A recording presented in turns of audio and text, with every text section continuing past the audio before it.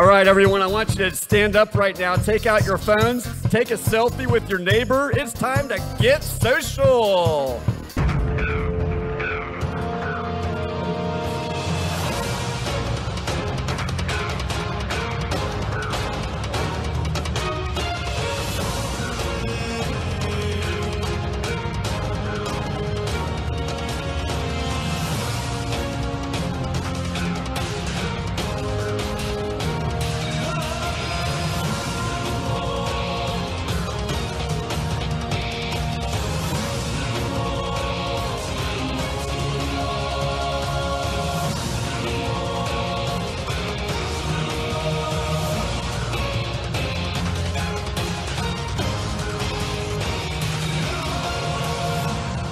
Welcome to the preview episode of Amazing Race 28 of the UR Team Number podcast from Reality TV Warriors. My name is Michael Harmstone, and joining me for our 9th Amazing Race season are the Canadian whose hobbies include blogging about old Amazing Race seasons, Logan Saunders. Afternoon.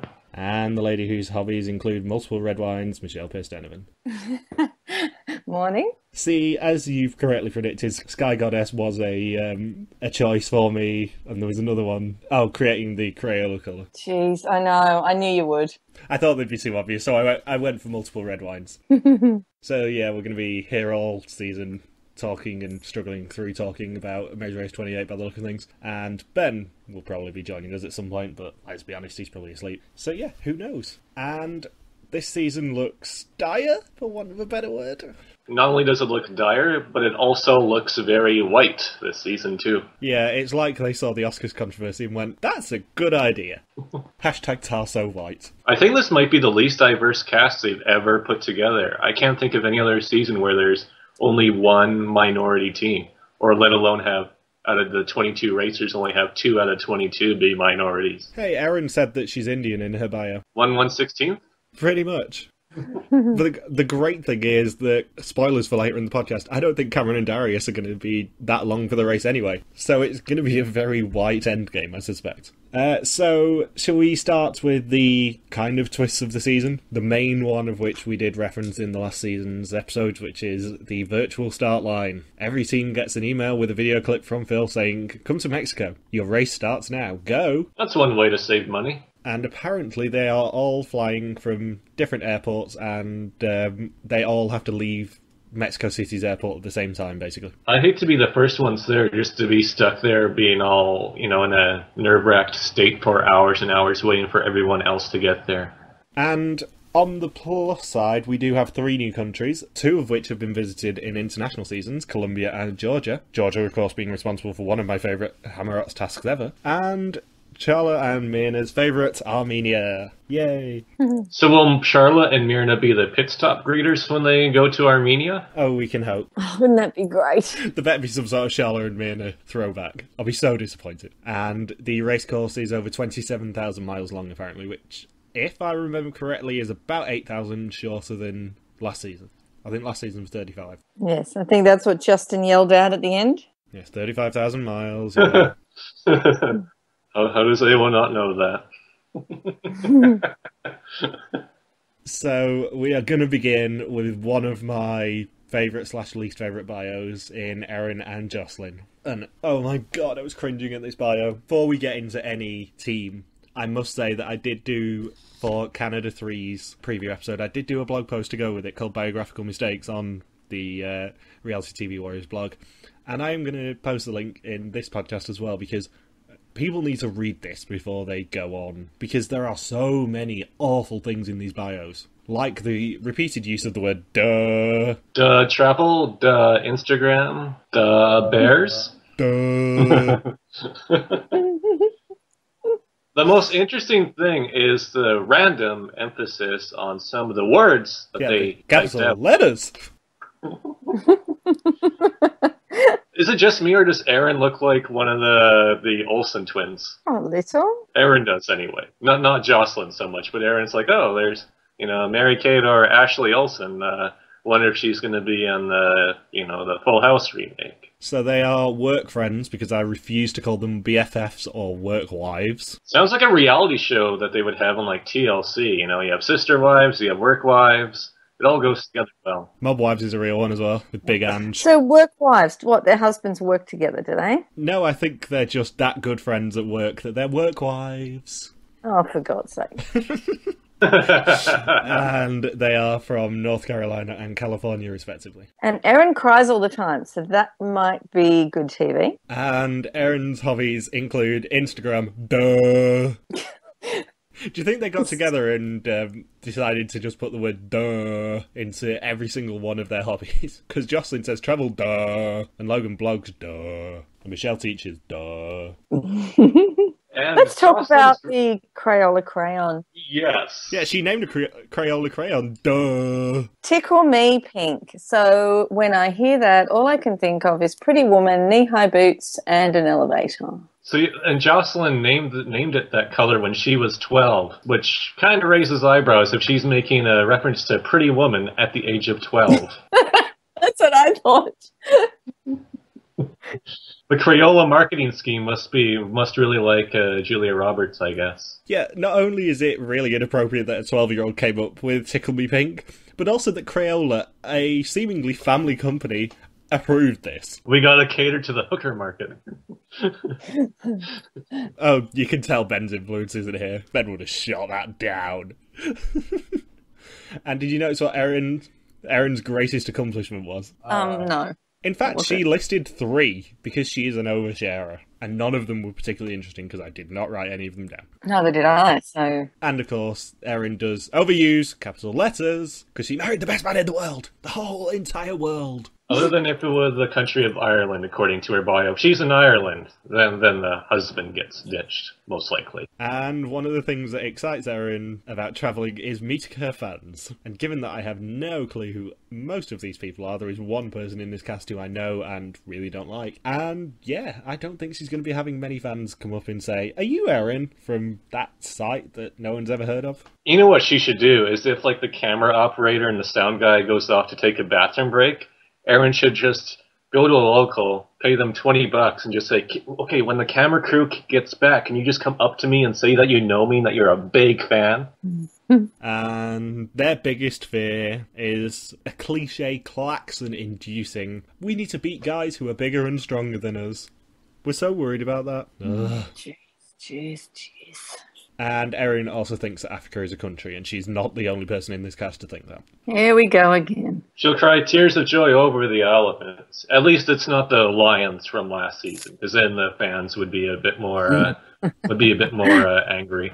The country question is one of my favourites because it just displays how stupid some people are. And that they all have a DVD of The Amazing Race 22 because pretty much half the teams mention Bora Bora. Yeah, because quite a few people say, my country that I want to go to most is Africa. Yeah, about that. Despite Survivor's best effort, yeah, Africa isn't one country. There are more than one country in Africa. In fact, Africa has more countries than any other continent in the world. And Joslyn's job title includes the word influencer, so she's now going to be named Kilgrave from Jessica Jones, because he was an influencer. And I'm really disappointed that neither of you have seen that, because that joke was written for Ben.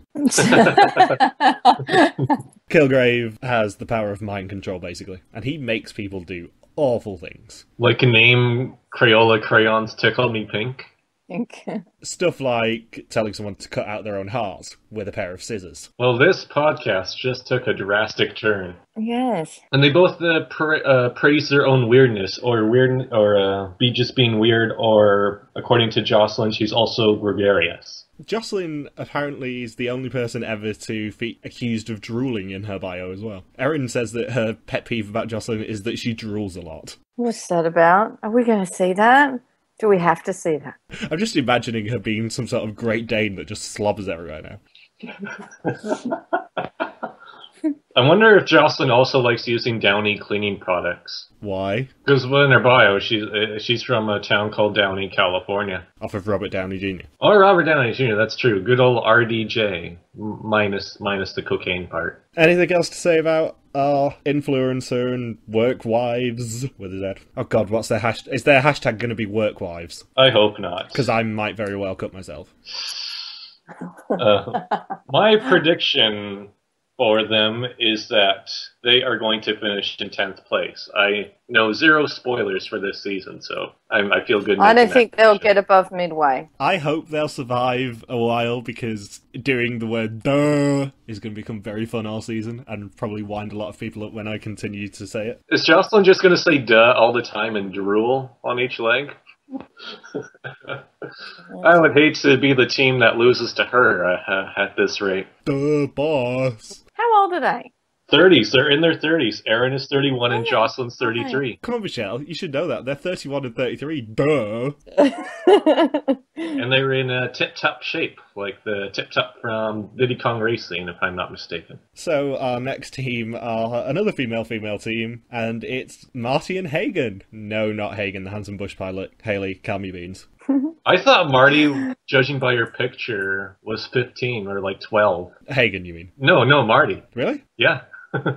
They look similar in age to me. I was really thrown off by them. They are a Texan mother and daughter, and Marty has one of the best job titles of all time. Actually, can I just ask, does the company actually give them those titles, or is she giving it to herself? I think she's given it to herself, but I don't really Jeez, care. That's worse. That's worse. Because Sky Goddess is such a great one.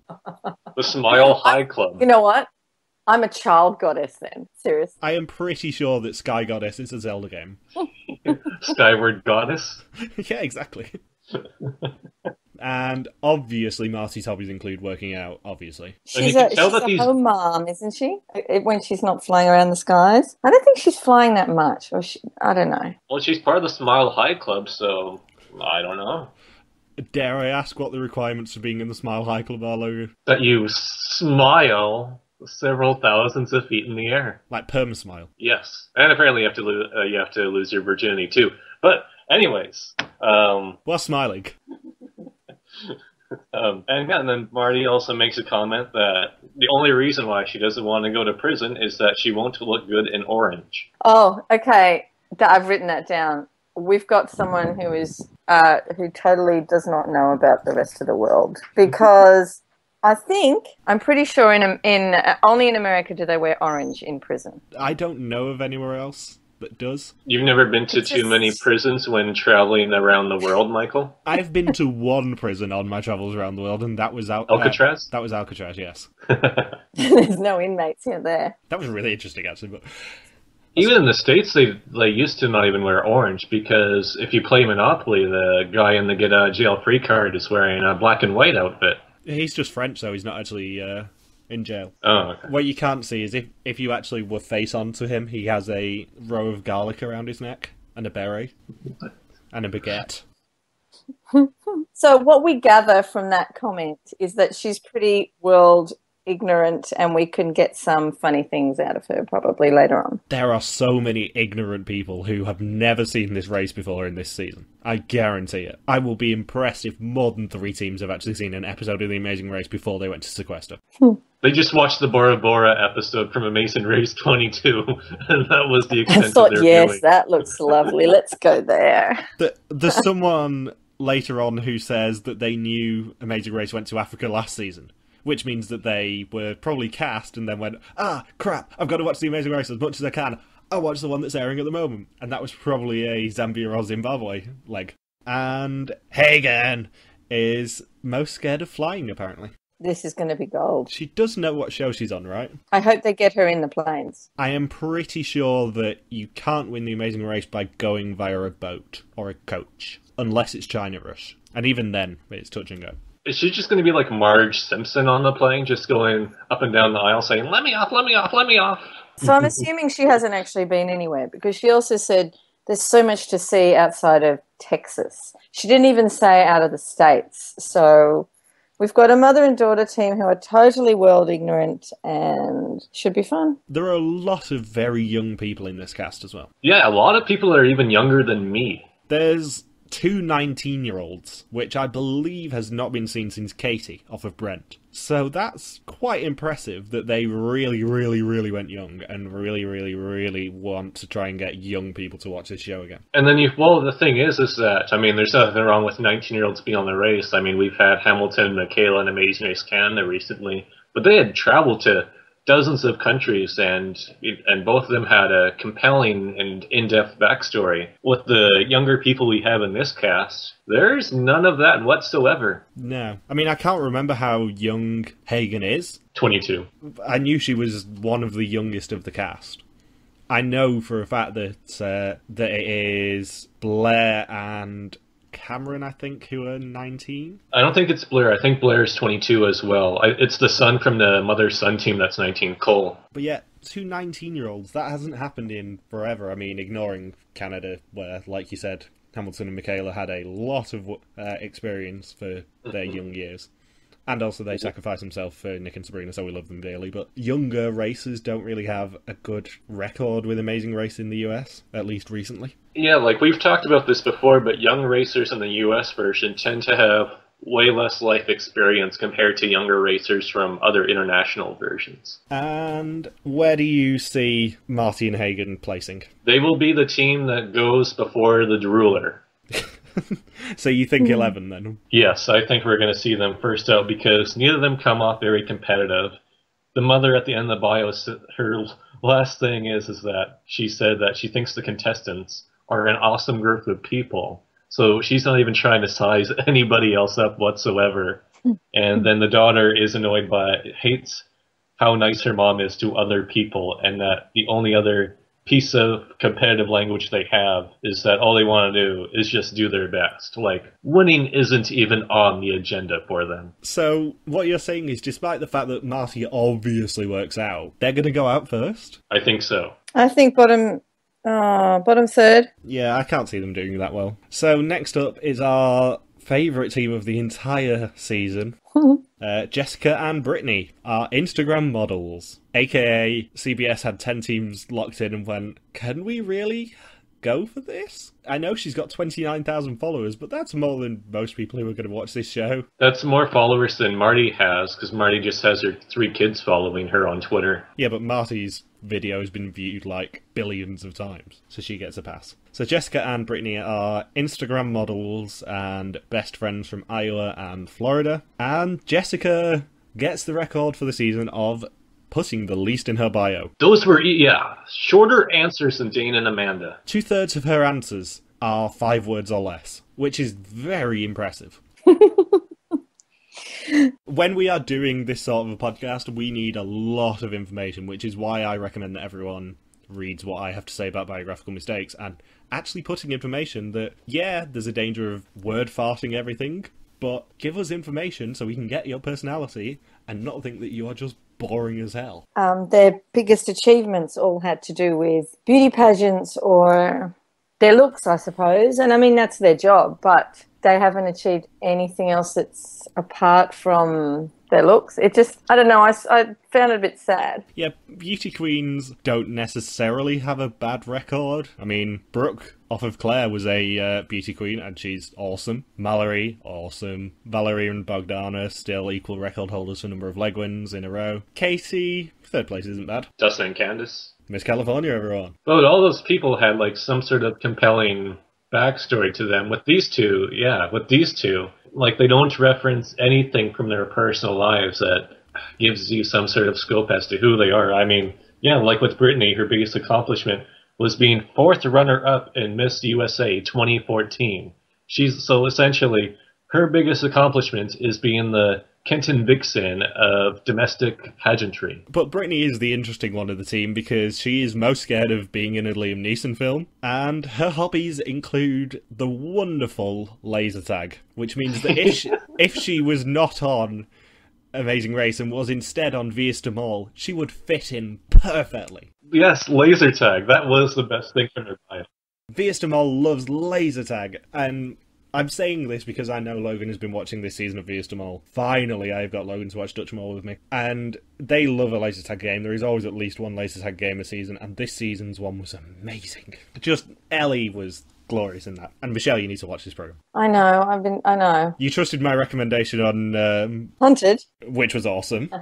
And I went from that platform again yesterday, by the way, just to tell you. Logan has been watching that. I'm not going to say what the platform's in relation to unless he's seen that episode yet, but I did go from that platform. I went from platform 3 yesterday. Oh, God, that platform thing, I was screaming. Oh, you need to get back into this, Logan. So good. So that I have an excuse to cover American Hunted when it comes on later in the year. Yes. And Jessica and Brittany are both worried about getting directions. Yeah. They're going to be out early. I think so too. It doesn't look like it's a strong season for all-female teams. Yeah. But even with Jessica, you said that her answers were 5 words or less, but even in some of her answers, she tries to phrase it to be as long as possible. Instead of saying her occupation is that she's a model, instead she put, smiling for the camera. She added in 2 extra words just to extend the length of her bio. I actually think that production probably said to her, come on, please give us something. So she went back and added 2 words. Yeah. And the most interesting word was the town where she's from, called Oskaloosa. That does sound like some sort of Canadian town. No, it's actually what you call Leonardo DiCaprio at the end of an Oscar ceremony in Oskaloosa. It sounds like the sort of place that Amazing Race Canada would visit when they paid them $50,000. Yeah. Just to get Alex Trebek there. So our next team, the one that I've been dreading to... I predict that they will finish in 8th. 8th place is where they'll be. We'll see all 3 all-female teams out in the bottom 4. It's shocking. They're all so weak sounding. I don't know.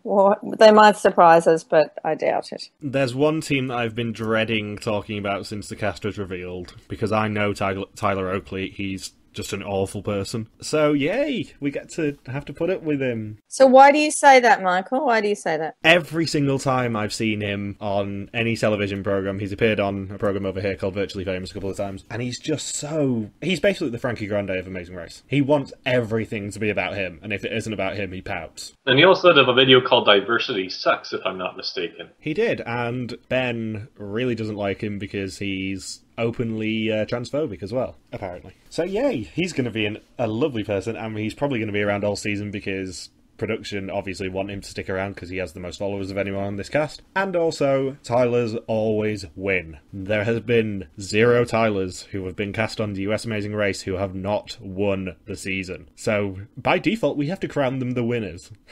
Yay! Oh, jeez. I do find it impressive that he raised $1 million for suicide prevention. Yeah. But not if, on the other hand, he's not a very nice person. And Tyler's hobbies include red wines. And they are both scared of unintentionally disrespecting other cultures. They do not give a toss about intentionally doing it, though. A lot of teams put that down. I was actually going to talk about that and do a blog post about it. But with social media people, they're hyper self-aware of their image and how they try to get perceived because that's pretty much their whole job. So a lot of contestants, I've never really seen this before, but a lot of contestants wrote that as their biggest fear in the bio. And I haven't really seen any team write that in their bio from previous seasons. So what that tells me is that all these teams are very, very, very concerned about how they come across on television because if they come across negatively, they might, lose their chance at their next big break. But if they come off positively or be viewed as entertainment value, then, suddenly this career of theirs is going to skyrocket. Which, of course, means that U-turns won't get used, and that probably the double express pass will come back, and I will want to stab myself in the face. Hey, Michael, you might need the money that Tyler raised by the sounds of it. And, they're all in control of of how people perceive them at the moment. And then they're at the mercy of CBS and what they're going to do to them. So you never know. That's true. That could get very heated between production and the contestants very quickly after the episodes start airing. On the plus side, Korey does say that he's a superfan, apparently. And he has posted in one of the Facebook groups online quite a bit. Has he? I did not know that. Korey Cole, yeah. He's posted in the Amazing Race fans Facebook group. Oh, really? Yeah, I'm going to have to be careful what I post in South Fans now, aren't I? Mind you, I can delete the post if necessary. Nah. When one of the hints of this podcast is going to be, who is basically Satan? So, how do you see Tyler and Korey doing? I think Tyler Oakley will be the first Tyler to lose the Amazing Race. Yay! Unfortunately, I think that defeat will come in the form of second place. I'm thinking more like 4th. I don't know why. I'm resigned to the fact that they are going to be sticking around. Because they both have way more, or at least Tyler does, it seems like, has way more experience overall compared to almost every other team in this cast. So I feel like that's going to be enough to keep them at the top of the game for most, if not the entire season. If anyone in this season is going to get a Robin Amber style, "Oh, can we help you? I'm a big fan of yours," it's going to be Tyler Oakley. The thing is, I have never heard of this guy before. Like, his name didn't even ring a bell, nothing. Like, all these 22 people, it's like, who the hell are these guys? And from this moment onwards, we're not going to call him Tyler Oakley, he's Tokels, because that's the name that we gave him before the season. Tokels! So the next team up is Cameron and Darius, who are brothers from Tennessee, where the whiskey flows like wine and the meth labs are divine. What's that from? Stephen Lynch song called Tennessee. I'll send it you afterwards. It's awesome. Oh, okay. Cam might have the best description for himself. What, hotter in person? Yes. Yes, hotter in person. Yeah, my 3 words for him, he sounds cocky. But he does unicycling, so I think he might be quite fit. So yeah, Cameron is 19 and Darius is 22. And Yes. Cameron's hobbies include longboarding. Sadly not paddleboarding in his backyard canals. And unicycling, like, has he ever played Uniracers, you think, for Super Nintendo? I doubt it. The game is older than him, actually, come to think of it. Yeah, he's probably too young. This is the sort of situation where I can go, in my day, we played these games.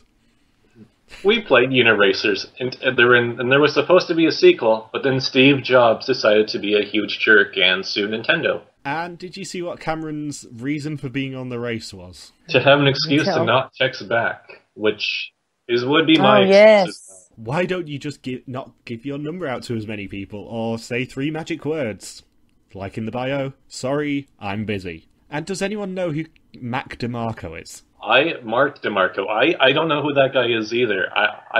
Did you want to Google him right now? I am very curious. I googled him earlier, but I still am none the wiser. But I am better informed. He's a singer, apparently. Never heard of him. No stage What? name given for him or anything? No stage name? Nope, it's Mac DeMarco. And Darius is most worried about their lack of world knowledge compared to other teams. I don't think he needs to worry too much.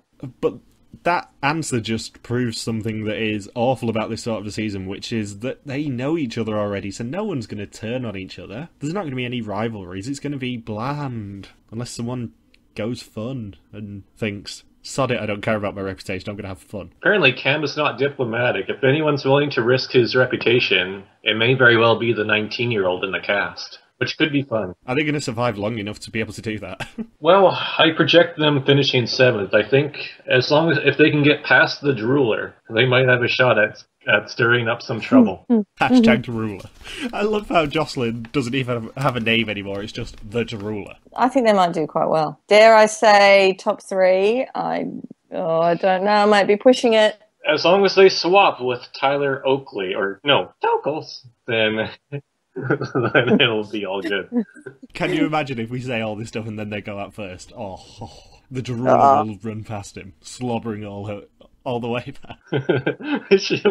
When she drools, is it like Homer Simpson? Like, forbidden donut. Why would you say that about you, for God's sake? Anyway. It's like a Great Dane, she just slobbers everywhere. She'll be in the next Argentina leg. Exactly. Or the next Denmark leg is part of the Greece for trying to hump Phil. Just Photoshop her on Bull Rushing Jim and Misty. So the next team is Burnie and Ashley, and they are a dating couple from Austin, Texas. Why couldn't it have been the angry video game nerd as the video gaming community representative? I would have loved it if it was James Rolfe and Mike Matai for this race. I like Burnie and Ashley. I think they're probably my favourite team in the cast, but that's not saying much, let's be honest. It's like they're going for Dave and Laurie 2.0. And they both work for Rooster Teeth. He created it, and she runs the Know, an informational brand of content for them. And he makes the joke that 2 of his 3 words to describe himself are forgetful. And his biggest fear about travelling is when the in-flight movies don't work. He'll never be able to watch The Last Holiday. He'll get 2/3 of the way through Ant-Man or Guardians of the Galaxy or whatever's on there and go, oh, I don't know how this ends. I think it's refreshing that he actually wants to go to India or China. Whether he's going to get the chance is not going to happen because they were both in last season, but... I like how his hobbies are gaming and watching gaming. Well, he knows his market. To be fair, that's his job as well. And she is scared of being stranded with no resources. So it's probably for the best that she's not on Survivor then. Or be stuck with Erin and Joslyn. Well, at least they'd have a source of drinking water from Jocelyn's drool. Oh, I really hope Erin and Joslyn stick around just so we can keep making these jokes. Duh. Duh, boss, I'm drooling. Duh. With Ashley, she said one of her words to describe herself was geeky. And I was thinking, isn't that sort of implied on a season where everyone is part of social media? Doesn't that sort of cancel you out with the other 21 racers? I'm not sure, because some of these social media moguls, in inverted commas, are stretching the definition a little bit. If I was casting a social media season, I would not expect to have someone in there with 29,000 followers. Yeah. And Ashley is apparently late wherever they go. It's probably because she's choosing a special headband. And apparently he is better at just about everything than her, which would cause problems if she didn't like him so much. Aww. And they are one of the only teams who seem like they've actually seen Amazing Race before, and not when they were forced to. So yay. How do you expect they're going to go on? Oh, well, God, can we say that everyone goes off together like everyone's in the bottom half? It's going to be a triple elimination, like. It's going to have the most non-elimination legs. It's going to have 7 non-elimination legs, and then just triple eliminations every other time. Sorry, Logan, how do you really think they're going to go? Well, Ashley said that Burnie is better at everything, so if they lift the roadblock rule restriction this season, then they could win. But if the restriction is still in place where Ashley has to do some of the roadblocks, then altogether I think they will finish in 5th place.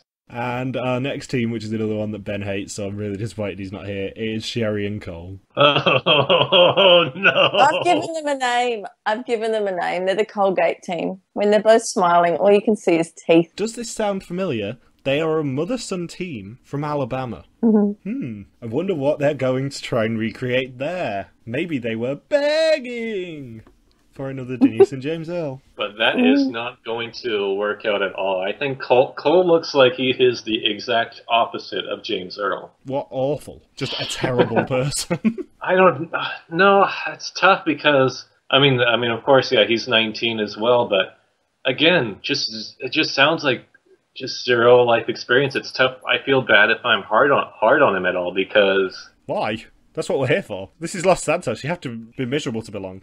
I know, but it just comes off. He's 19 on paper, but it just seems like he just hasn't adulted yet. Also, he's a Vine star. He doesn't even come up with anything more than 7 seconds. Does that mean that he'll even be eliminated before Eric and Lisa then, if he's a true Viner on The Amazing Race? They just quit after 7 seconds. Like, I can't film anymore. Oh, this is too much hard work.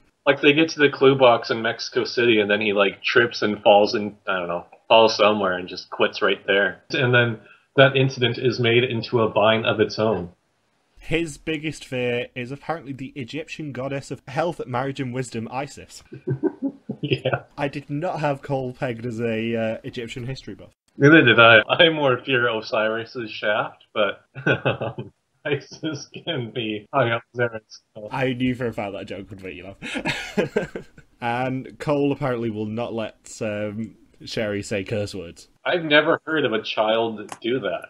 I do wonder how they're going to go on. Is she just going to be saying, like, oh, darn, well, shucks? Or she just has a potty mouth the whole time, and then Cole's just gives her the Dr. Evil treatment, and be like, shh, shh, zip it, exhibit A.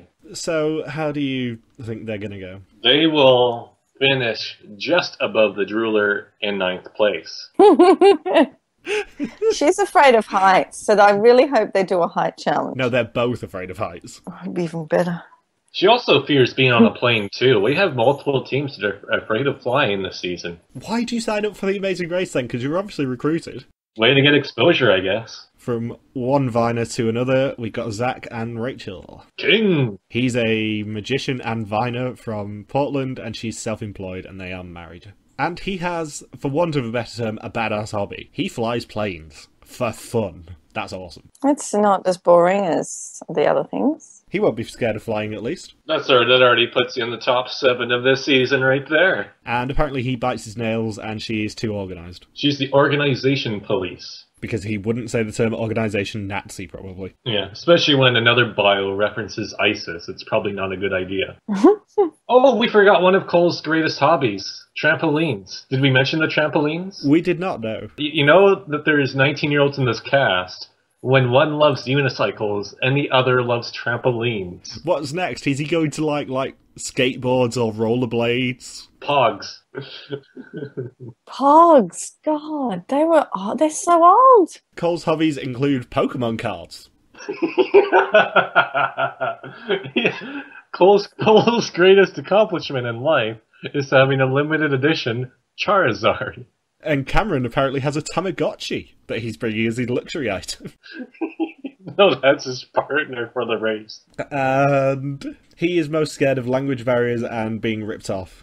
And she's scared of being lost on her own in an international country. And Zach has the most cringeworthy line, I think, out of all the bios, where he says, "We have many more amazing races called life." What? Bleh. You know what I wrote? I wrote that they said they'll be racing for a stronger marriage and to get closer. And I just went, oh, God. I really hope an episode doesn't air on Valentine's Day. No, but our podcast for the first episode should be out on Valentine's Day, assuming it can get home on time. Or if you're Cole, it airs on Valentine's Day. And have you actually seen any of Zach's Vines? Just out of interest. Because I saw a compilation that someone posted on one of the groups. Which vines does he do? He's the magician. Yeah, I have. He's the one who jumps into cars and goes down the box in the stairs. I love them. I love them. I haven't seen Zach's Vines because I don't have that long of an attention span. Yeah, 7 seconds is a bit too long for you, isn't it, Logan? I've already moved on. So, where do we see Zach and Rachel placing? Winners? I think they'll be, pretty up near the top 5. Yeah, I wouldn't hate it if they did well. They both have life experience. They both have clear goals. They both seem to work hard and all and don't have any major weaknesses. Seem like they work well together, so winners. Yeah, there's worse off. They'll be the true kings of it by the end of this season. And the next up is Scott and Blair. You never listen to me, Blair. I hope he says that. I will say the one video I've watched out of all the contestants prior to this podcast was Blair's What's in My Amazing Race Backpack, which, from what I've heard, Michelle loves.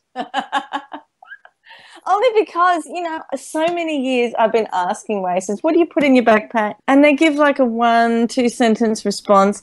And this time I got to see the whole damn thing. It was gold. See, this is the difference. I recommend intellectual programs like Hunted and Vias de Mall. Michelle recommends Blair's What's in My Backpack?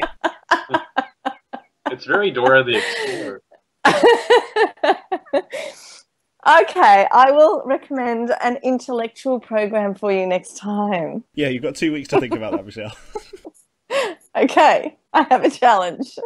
Yeah, they're a father and daughter team, also from Tennessee, and Scott is the only person who commits the biographical mistake of not coming up with anything to be scared of, even coming up with something obscure. And he also says there is nothing to hate about his daughter. Just try, please. I said this during the Canada previews. I said this during the 27 previews. If you can't think of anything, make up something. His bio is the shortest, I think, on record. His is even shorter than Brittany's. Brittany. And did you see what the country he wants to go to most was? Ethiopia, which has not been seen on The Amazing Race in over 20 seasons. What the hell? And unfortunately was in pretty much the second and worst season of all time. I suspect that Scott would not describe it as Ghetto Africa, at least. No, he probably wouldn't use the words Ghetto Africa to describe Ethiopia like Freddie and KK Kendra did. And she also apparently co-wrote 2 novels with her sister and spoke at Harvard about the power of social media, which is good for her. It sounds like she's actually fairly successful. And she hates her father's chewing, so bring on a food challenge, please. She would hate the noise of Sabrina tasting the orange Julius. And where do you see them placing? I said somewhere in the middle. I said around 6th place. I can't. They're the wild cards for me because I don't know quite how Blair will do with the millions of things she's packed in her backpack.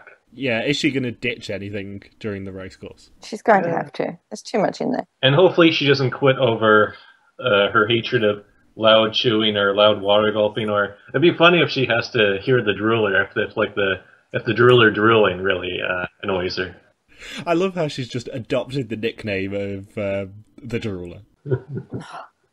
Actually, there was one funny thing with Blair's bio. Because her dad Scott said, "Oh, I'd love to go to Ethiopia," and she said, "Well, I know my dad loves Germany," and then it's like, "Wow, you don't know anything about your own father prior to the race." Yeah, if this was Blankety Blank or Mr. and Mrs., they would have lost straight away. Or Twinning, actually. Twinning had that end game with that as well. So yeah, Dana and Matt are next up, and they are engaged dancers from New York and Virginia, which means that they'd probably do quite well in Amazing Race Canada, with all its choreography challenges. And Dana's hobbies include travelling and watching horror movies, which probably means that she wouldn't be able to travel without a horror movie, and she wouldn't be able to watch a horror movie without travelling. I think she'll be a good racer, because if she's a good traveller and nothing really scares her about other countries. Yeah, they do seem to be quite well travelled, which is nice. And they are one of a few teams also to put the word lol in multiple questions, which, this isn't social media now, guys. That was what the water gulping I was referencing with, is that Dana hates Matt's loud gulping when he drinks water. So something like that would drive Blair crazy. And Matt is most scared of doing a call-in and getting threatened with jail in a foreign country. Especially with the way he dresses. And he's another person who lists Africa as a country as well. My favorite thing with Matt that shows that he actually has actual experience is that he bought a house at the age of 21. The only drawback is that it would have been a house in Virginia, so chances are the house might have been really cheap. It could be like a Dwight K. Schrute's house from The Office. To be fair, the nicest hotel I've ever stayed in was in Virginia, so please don't badmouth it. Okay. It was a very, very nice hotel and very cheap. So how do you think that Dana and Matt are going to go? If there's the dance, they get to do a dancing challenge like with that boy band in Japan from a couple seasons back. They might do fairly well, but thinking overall, I think I put like 7th or something. Yeah, or no, 4th. I put 4th. Yeah, I'm thinking up there too. Maybe even top 3. I don't know. And our final team is Kynt and Brodie, who are friends and ultimate frisbee teammates from Connecticut and Florida. And Kynt is an accounts manager at PepsiCo, and Brodie is a social media creator, which is not a job title. He created social media. Respect. He's literally Al Gore. He invented the internet. And Kurt's first descriptive word is Christian. Yes. I wouldn't like necessarily put my religion in there as a describing word for yourself. So he must be extremely religious then. Coming from a practicing Catholic, I hope he's not too OTT with us, because he'll annoy me. But you know what? I don't think he could be totally over the top, because he wants to go to Egypt, and Egypt's all about worshipping gods that aren't his god. So I'm surprised he wants to go there, which is his first place he wants to go when he's Christian. Plus a very Muslim country. And also, he has another red flag, which is that he's a cancer survivor. So you bet that'll get brought up. I just have horrible visions of them being another Dame Connor. I was thinking, when he puts Christian as the first thing on his bio, is that going to be like the Christian side, like, the Australian guy from the 1968 Olympics podium type of Christian? Or the Andy and Tommy where they just go way, way downhill with that? Yeah, preachy. Yes. And, he actually used the word Genesis in his bio, which I don't think I've ever seen before. Which Rooster Teeth would have had a different use of the word Genesis, but Kynt still was able to fit it in nonetheless. Plus, he loves salsa dancing. Hopefully, Tostitos is a sponsor. And Brodie also commits another biographical faux pas in thinking that frisbee lover is one word and you can hyphenate it. Wrong. Maybe he just loves Rob Frisbee from the first season of Amazing Race. Maybe. He just loves the original winner. He's a frisbee lover. To be fair, Rob and Brennan were at the last start line. It's not out of the question. And Brodie's hobbies include spending time with his family, which I'm pretty sure is a euphemism used when someone is forced to stand down in politics after a scandal of some description. And Brodie's biggest fear about flying is a lack of legroom, which, I can understand. And his biggest pet peeve about Kynt is that he can sometimes be late/tardy. Did production really make him include the word late because they thought tardy might offend someone if they didn't know what it meant? I thought tardy was just meant to be a pun. Oh, with Kynt being a Christian, does that mean when he goes into a church that he'll still be wearing a hat? Probably not. Oh, I thought about that. Do you really think they'll go back to a church after the controversy that it caused last time? Thing is, with Amazing Race producers, they never really learn their lesson as we've learned in more recent seasons. So hopefully they do, because that was hilarious. What about potato spitting? Yes, they spit on. No, they Let's tossed do that while potatoes wearing a hat. What would somebody think about the potatoes and the poor sellers? So where do you see Kynt and Brodie placing? Third place. I think they'll round out the top three with the Kings and Tokels. Tokels. I think they'll do well. They could be top three. Top three, baby. Top three. So, is there anything else to say about this season before we get busy for the next 2 weeks and then I stress about the first recap? No. I don't think this will be a very interesting season.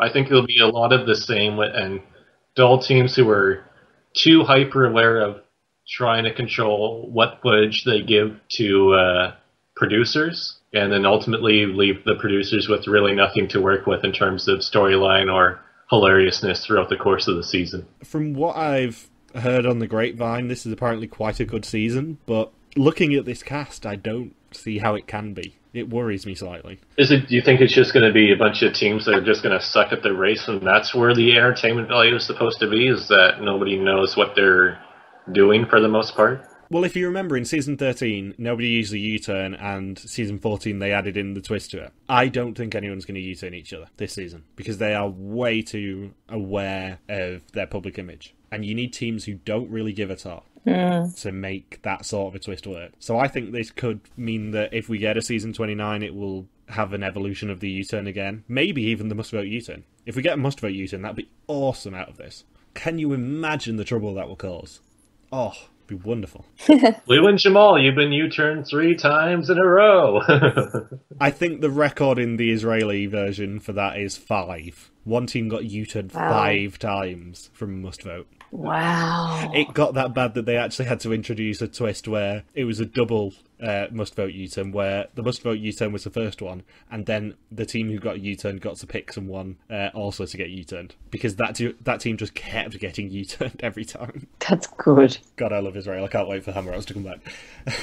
So, thank you for listening to this UR Team Number podcast. You can join us from February the 14th to recap all season long. If you've got any questions, feel free to contact us on our Facebook page at Reality TV Warriors, or on our Twitter account at RTV Warriors, or our own Twitter pages, MJ Harmstone, Log Super Quacky, and Bear333333. Bye. Bye. Hashtag 250, hashtag RTV Warriors, hashtag Tokels, and hashtag Drooler. Logan. Duh.